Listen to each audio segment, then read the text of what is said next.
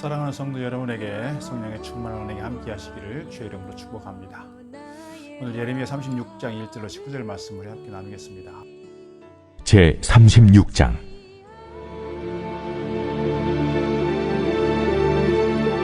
유다의 요시야 왕의 아들 요야김 제4년에 여호와께로부터 예레미야에게 말씀이 임하니라. 이르시되, 너는 두루마리 책을 가져다가 내가 네게 말하던 날 곧 요시야의 날부터 오늘까지 이스라엘과 유다와 모든 나라에 대하여 내가 네게 일러준 모든 말을 거기에 기록하라. 유다 가문이 내가 그들에게 내리려 한 모든 재난을 듣고 각기 악한 길에서 돌이키리니 그리하면 내가 그 악과 죄를 용서하리라. 이에 예레미야가 네리야의 아들 바룩을 부르매 바룩이 예레미야가 불러주는 대로 여호와께서 그에게 이르신 모든 말씀을 두루마리 책에 기록하니라.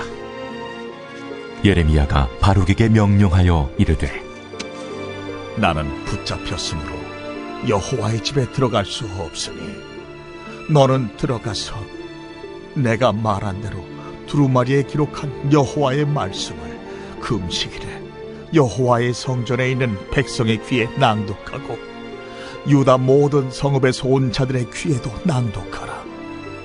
그들이 여호와 앞에 기도를 드리며 각기 악한 길을 떠나리라. 여호와께서 이 백성에 대하여 선포하신 노여움과 분이 크니라. 네리야의 아들 바룩이 선지자 예레미야가 자기에게 명령한 대로 하여 여호와의 성전에서 책에 있는 여호와의 모든 말씀을 낭독하니라. 유다의 요시야 왕의 아들 여호야김의 제5년 9월에 예루살렘 모든 백성과 유다 성읍들에서 예루살렘에 이른 모든 백성이 여호와 앞에서 금식을 선포한지라. 바룩이 여호와의 성전 윗들 곧 여호와의 성전에 있는 세문 어귀 곁에 있는 사반의 아들 서기관 그마랴의 방에서 그 책에 기록된 예레미야의 말을 모든 백성에게 낭독하니라. 사반의 손자요 그마랴의 아들인 미가야가 그 책에 기록된 여호와의 말씀을 다 듣고 왕궁에 내려가서 서기관의 방에 들어가니 모든 고관 곧 서기관 엘리사마와 스마야의 아들 들라야와 악보리 아들 엘라단과 사반의 아들 그마랴와 하나냐의 아들 시드기야와 모든 고관이 거기에 앉아있는지라. 미가야가 바룩이 백성의 귀에 책을 낭독할 때에 들은 모든 말을 그들에게 전하매 이에 모든 고관이 구시의 증손 셀레미야의 손자 느다냐의 아들 여후디를 바룩에게 보내 이르되, 너는 백성의 귀에 낭독한 두루마리를 손에 가지고 오라. 네리야의 아들 바룩이 두루마리를 손에 가지고 그들에게로 오니 그들이 바룩에게 이르되, 앉아서 이를 우리 귀에 낭독하라. 바룩이 그들의 귀에 낭독하매 그들이 그 모든 말씀을 듣고 놀라 서로 보며 바룩에게 이르되, 우리가 이 모든 말을 왕에게 아뢰리라. 너는 그가 불러주는 이 모든 말을 어떻게 기록하였느냐? 청하노니 우리에게 알리라. 바룩이 대답하되, 그가 그의 입으로 이 모든 말을 내게 불러주기로 내가 먹으로 책에 기록하였노라. 이에 고관들이 바룩에게 이르되, 너는 가서 예레미야와 함께 숨고 너희가 있는 곳을 사람에게 알리지 말라. 그들이 유다 왕국이 기울여 갈 그 무렵에 하나님께서 예레미야를 선지자로 부르셨습니다. 사실 예레미야는 한 번도 선지자가 되고 싶어 한 적도 없고 자원한 적도 없습니다.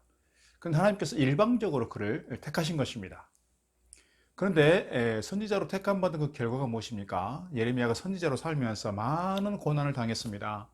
사람들로부터 많은 핍박을 받게 되었습니다. 결국은 순교하게 된 겁니다. 또 하나님께서 예레미야만 부르는 것이 아니고요, 바룩이라고 하는 사람을 부르셔서 그로 하여금 예레미야의 비서 겸 서기로서 일하게 하였는데 사실 이 둘은 함께 많은 고난을 받게 되었습니다. 여기서 우리는 한 가지 질문을 하게 되는데요, 왜 하나님께서 원하시지도 않는 사람들을 부르셔서 그렇게 힘든 인생을 살게 하셨을까? 그 대답은 하나인 것 같습니다. 그것은 그들로 하여금 하나님의 말씀을 전하도록 하기 위함이라는 것이죠. 하나님께서 오늘 예레미야를 통해 말씀하셨을 때에도 여러 번 예레미야에 이렇게 기록하고 있습니다. 여호와의 말씀이 내게 임하니라. 여호와께로부터 말씀이 예레미야에게 임하니라 하는 그러한 표현들이 많이 나오는 걸 볼 수가 있습니다. 하나님께서 예레미야에게 말씀을 주셔서 여러 왕들에게 또 백성들에게 또는 고위 고관들에게 말씀을 선포하게 하신 겁니다. 그런가 하면 이 서기였던 바룩은 하나님께서 예레미야가 받은 그 말씀을 글로 기록하도록 하게 했고요. 예레미야를 대신해서 기록한 말씀을 사람들에게 선포하고 낭독해 주도록 그렇게 했습니다. 이제 우리는 그러면 다음 질문을 하게 되는데요. 그러면 도대체 말씀이 무엇이기에 예레미야와 바룩을 통해서 그렇게 백성들에게 전하게 하셨을까? 왜 하나님께서는 이 말씀에 대해서 그렇게 집착하셨을까? 여기서 우리는 하나님의 말씀에 대해서 다시 한번 생각해 보게 된다는 겁니다. 여러분, 말씀이 무엇이기에 그토록 하나님께서 강조하셨을까요? 오늘도 우리가 예배를 드릴 때 보면 예배 시간의 절반 이상을 말씀을 나누는 설교에 할애하고 있는데요. 왜 말씀이 그렇게 중요하게 여겨지고 있을까요? 또 왜 말씀을 읽고 말씀대로 살자고 그렇게 강조하는 것일까요? 저는 오늘 이 시간 우리들이 말씀에 대해서 새로운 깨달음을 좀 얻으면 좋겠다, 그런 마음이 있습니다. 우선 말씀을 강조하는 이유는 다른 데 있는 것보다는 말씀이 곧 세상의 모든 것의 시작이었기 때문이라는 겁니다. 하나님께서 천지를 창조하실 때 말씀에서 시작했습니다.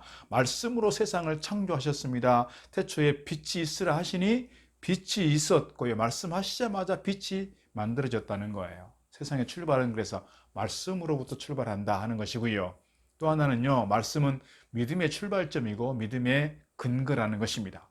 로마서 10장에서 이렇게 말씀하고 있습니다. 그런즉 믿음은 들음에서 나며 들음은 그리스도의 말씀으로 말미암았느니라 그랬습니다. 우리는 말씀을 통해서 신앙을 얻게 된다는 거예요. 믿음의 근거가 결국 말씀에 있다는 것입니다. 또 하나, 말씀은 우리가 그리스도인으로 살아가는 데 있어서 말씀이 우리의 삶의 근거가 된다는 것입니다. 이스라엘 백성들도 그랬습니다. 하나님을 눈으로 보지는 않았지만 성경책에 기록되어 있기 때문에 하나님이 계신다는 걸 믿게 된 거예요. 하나님의 말씀은 그래서 그들의 신앙과 삶의 근거였고요. 그들에게만 아니라 오늘 우리에게도 마찬가지라는 것입니다. 오늘 우리가 이렇게 예배를 드리는 것, 힘들게 사회생활하면서 또 기업을 꾸려가면서 번 돈을 들여서 하나님께 헌금하고 선교하고 봉사를 위해 사용하도록 하는 것, 시간을 내서 봉사하는 것, 어떻게 보면 신앙생활 한다는 것이 바보같이 참아야 될 때가 있고 손해를 봐야 될 때도 있는데요. 이렇게 참고 손해를 보는 것, 어떻게 보면 다 말씀에 대한 응답이라고 말씀드릴 수 있어요. 말씀에 대한 응답. 그것은 우리가 성경에 기록된 하나님의 말씀을 믿기 때문이고, 만약 하나님의 말씀이 없다면 우리 믿음의 근거는 결국 사라질 것이라는 점에서 말씀은 우리의 신앙의, 우리의 삶의 근거가 된다, 이렇게 말씀드릴 수 있습니다. 여러분, 말씀은 창조의 능력이고 신앙을 주는 힘이고 우리 그리스도인의 삶의 근거라고 하는 점에서 너무 중요하다, 이렇게 말씀드릴 수 있고요. 하나님께서 예레미야를 세워서 말씀을 선포하게 하시는 그 이유도 오늘 이스라엘 백성들이 신앙으로 저들이 세워지기를 바라고 바로 저들을 바르게 신앙의 길로, 구원과 축복의 길로 인도하도록 하기 위한 하나의 방편이었다, 이렇게 말씀드릴 수 있습니다. 예레미야는 요시야 왕이 다스리던 주전 627년에 그때부터 선지자로 섬기게 되었고요. 오늘 본문의 말씀은 그리고 나서 23년째 되는 해에 주어진 말씀입니다. 당시 고대 근동의 국제정치 상황이 매우 급격하게 소용돌이치고 있는 그때였습니다. 그 해에 바벨론은 갈그미스 전투에서 애굽을 격파하게 되었고 고대 근동의 명실상부한 패자로 등장하게 된 겁니다. 이 애굽과 바벨론이 서로 견제하고 있을 때 작은 나라들은 어떻게 됩니까? 그 두 나라 사이에서 줄타기 외교를 하면서 겨우겨우 그런 대로 생존할 수 있게 됐습니다.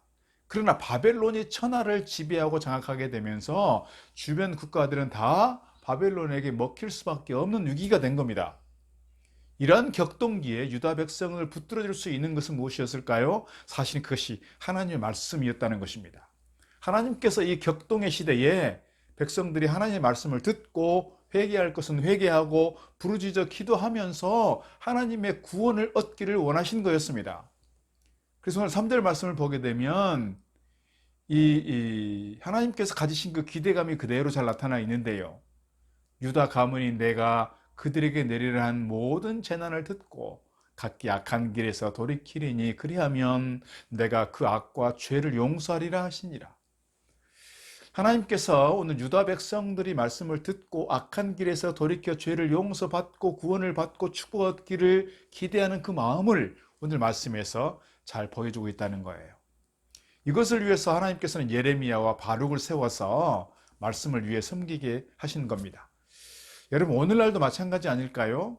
당시 하나님께서 예레미야와 바룩을 통해서 두루마리에 기록된 말씀을 주셨다면 오늘 우리에게는 구약 성경과 신약 성경을 주셔서 하나님의 말씀을 읽고 듣게 하셨다는 겁니다. 그리고 예배 때마다 세우신 하나님의 종들을 통해서 말씀을 선포하게 하신 겁니다. 여러분, 무엇 때문에 그렇게 하실까요? 하나님께서 유다 백성이 말씀을 듣고 하나님께로 돌아와 죄를 용서받고 구원 얻기 원하신 것처럼 오늘 우리가 성경을 읽고 말씀을 들을 때 하나님 말씀을 깨닫고 회개하고 돌아와 구원과 축복의 길을 얻기를 바라는 하나님의 마음이 우리에게 있다 하는 거예요. 오늘 이 시간도 이 부족한 목사로 하여금 말씀을 전하게 하시는 이유가 똑같다, 저는 그렇게 믿습니다.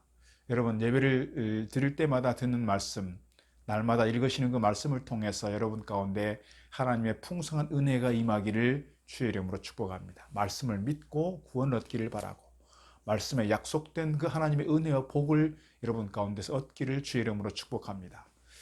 여러분, 우리의 이런 모든 문제들은 사실 우리 자신에게로 기결된다고 말씀드릴 수 있는데요. 오늘 우리가 하나님 말씀을 마음을 열고 받고 있는가, 아니면 우리 마음속으로부터 말씀에 대한 거부감을 가지고 계속해서 튕겨내고 있는가. 여러분, 오늘 유다 백성들의 모습을 보면 두 가지 모습으로 나타나고 있습니다. 말씀에 대한 유다 백성들의 두 가지 태도라는 거예요. 하나는 하나님의 말씀을 받고 회개하고 하나님의 구원을 얻는 것이었습니다. 말씀 앞에서 이런 태도를 보인 사람이 요시야 왕과 그때 당시의 백성들이라고 말씀드릴 수 있습니다. 요시야 왕은 오랫동안 손보지 않고 방치되었던 그 성전을 수리하게 되었을 때 성전을 수리하던 사람들이 하나님 말씀이 기록된 두루마리를 발견해서 가져왔습니다. 그때까지 성전 먼지 구덩이에 방치되었던 그 말씀 두루마리를 발견한 건데요. 그때 당시에 서기관 사반이 요시야 왕과 백성들 신하들 앞에서 말씀을 낭독했습니다. 그때 요시야 왕이 보였던 반응은 무엇입니까? 열왕기하 22장 10절 이하의 말씀 보게 되면 이 왕이 자신의 그 옷을 찢으면서 하나님 앞에 회개했다 그랬어요. 그 결과가 뭐냐면 22장 18절 이하의 말씀 속에서 그 결과를 잘 보여주고 있는데, 하나님께서는 요시야 왕에게는 바벨론에게 나라가 멸망하는 재앙을 보지 않게 하겠다 하는 거예요. 말씀을 두려움으로 받는 사람들에게 주신 위로요, 축복이라고 말씀드릴 수 있어요. 그래서 요시야 왕 때는 그것이 그대로 그에게 이루어졌다는 거예요. 또 오늘 말씀을 보게 되면 예레미야에게 호의적인 서기관들도 있었고요. 고관들 중에서도 왕의 폭력적 성향을 알고 있는 사람들이 예레미야를 보호하기 위해서 조치를 취하는 장면들을 우리가 살펴볼 수가 있습니다. 또 하나, 말씀을 정반대로 말씀을 거부하는 사람들이 있는 걸 볼 수 있습니다. 오늘 읽은 본문 아래를 보게 되면 여호야김 왕의 반응이 나오게 되는데, 그는 말씀을 듣기는 했지만 말씀이 기록된 두루마리를 어떻게 했습니까? 불에 태워버렸습니다. 그 결과가 무엇입니까? 결국은 유다 왕국이 바벨론에게 완전히 멸망하고 말았던 것을 볼 수 있습니다. 오늘 우리가 말씀에 대해서 어떻게 응답해야 되는지, 어떻게 반응해야 되는지를 우리에게 가르쳐주고 있는 것입니다. 여러분은 말씀을 읽을 때마다, 말씀을 대할 때마다, 설교를 대할 때마다 여러분 어떻게 응답하고 계십니까? 반드시 기억해야 됩니다. 말씀을 받고 아멘으로 받으시면 좋겠습니다. 말씀을 거부하는 것이 아니라 말씀을 아멘으로 받아야 합니다. 말씀 안에 생명과 축복과 평안과 승리가 있기 때문에 그렇다는 거예요. 말씀을 떠나면 성공하는 것처럼 보이지만 결국은 실패하게 된다는 거예요. 여러분, 사람의 말에 귀를 기울이지 말고 하나님 말씀 앞에 귀를 기울이며 살기를 주의 이름으로 축복합니다. 예전에 오늘교회 하영주 목사님께서 이런 말씀하신 바가 있습니다. 여러분, 위대한 사람 옆에 서 있다고 해서 저절로 위대해지지 않습니다.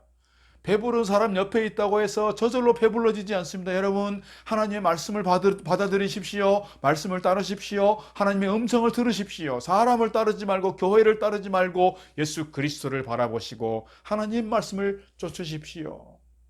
이렇게 힘주어 강조했던 그 하영조 목사님의 그 음성이 저에게도 지금도 생생히 살아있습니다. 여러분, 사람들은 각자 자기 편리한 대로, 자기 유리한 대로 말씀을 듣고 말씀을 적용하고 말씀을 해석합니다. 그러나 여러분, 분명히 우리가 기억해야 될 것은 하나님 말씀은 우리 자신을 위한 것이라는 거예요. 말씀대로 살아가야 한다는 거예요. 오늘 이 가을에 하나님 말씀으로 우리 영혼이 살찌워지기를 주의 이름으로 축복합니다. 말씀 앞에 순종하는 가운데 하나님 말씀 안에서 우리 영혼이 아름답게 부유하게 살찌워지는 축복의 역사가 있기를 바랍니다. 오늘 하루도 주님 안에서 강건하시고 주님 안에서 평안하시기를 주의 이름으로